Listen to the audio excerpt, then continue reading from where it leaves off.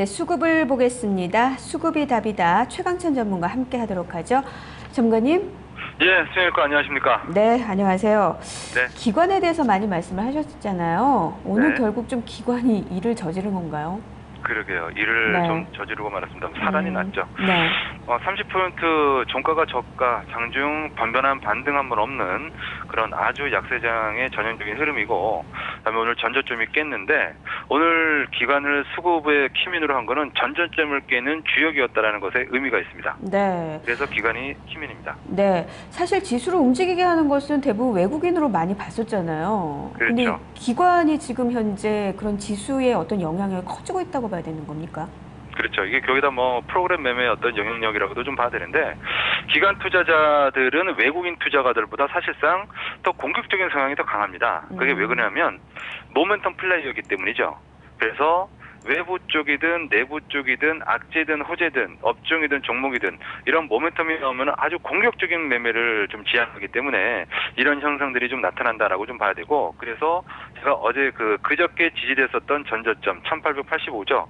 그거를 깨고 내려간 수급이 바로 기관이기 때문에 아마도 오늘 뭐 종목들이 아주 오늘은 말도 못하게 좀 하락을 좀 하는 그런 게 참 많았는데요. 네. 그런 어떤 의미에서 기관이 키맨인 수급 기관이 매도한 업종 흐름들을 좀 나중에 말씀드리겠지만 굉장히 좀 중요하겠다. 그렇게 좀 보여집니다. 바로 말씀해 주세요. 예. 네. 오늘 키맨의 특징은 사실 첫 번째는 사실상 프로그램 매도에 기인한다라는 그런 부분들이 좀 있는데요. 네. 그런데 오늘 이렇게 수급을 잘 들여다보면 외국인 기관 투자자들이 운수 장비 쪽에 1,300억 이상의 매도와 네. 금융업종에 722억 원의 매도 있습니다. 사실 금융업종보다 더 많이 그러한 매도가 있기는 있어요. 금융업종보다 더 많이 한 게 화학업종이 있는데, 그렇죠. 화학업종은 계속 좀 팔아왔는데, 제가 오늘 왜 전기전자도 더 많이 팔았는데 운수장비와 금융업종을 좀 들었냐면, 금융업종부터 말씀을 드릴게요. 금융주가 전저점이 깨졌습니다. 은행주들이라든가 뭐 증권주들이라든가 이런 것들, 뭐 은행주를 대표적으로 보면 신한지주 왼쪽에 저점이 깨졌어요. 네. 그다음에 의료금융지주 저점이 깨졌습니다.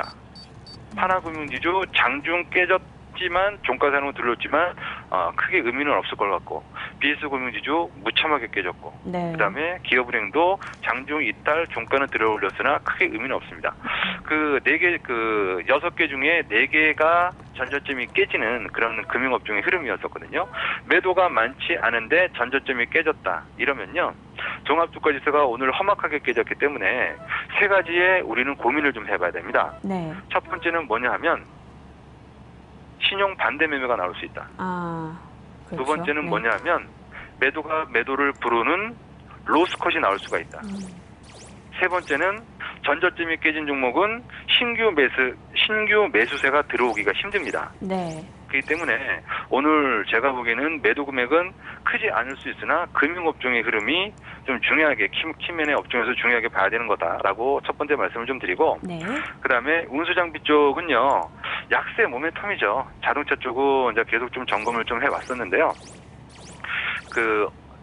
8월 실적 악화에 대한 우려감, 그다음에 도요다의 어떤 선전, 이런 것들과 환율, 이런 것들이 좀 믹스가 좀 되면서 3대 악재가 좀 있습니다. 네. 그래서 파업이 정결이 됐음에도 불구하고 자동차 업종에 대한 어떤 수급이 좀 악화가 되면서 기아차 같은 경우도 주봉이 60선을 무참하게 깨면서 7월 달에 저점마저도 이탈되는 그런 흐름, 그리고 현대차도 오늘 4% 가까이 하락하면서 주봉이 60선에서 겨우 밑골이 닿는 뭐 그런 흐름인데 수급들이 참 좋지가 않아요. 그래서 지금 이런 장에서는 모멘텀이 없는 종목들은요 상당히 좀 피곤하다라는 것을 한번 좀 말씀을 좀 드리겠습니다. 네, 알겠습니다. 모멘텀이 좀 약해지고 있는 종목 정말 주의를 해야 될 것 같네요. 수급적으로도 이런 점들이 나타나고 있습니다.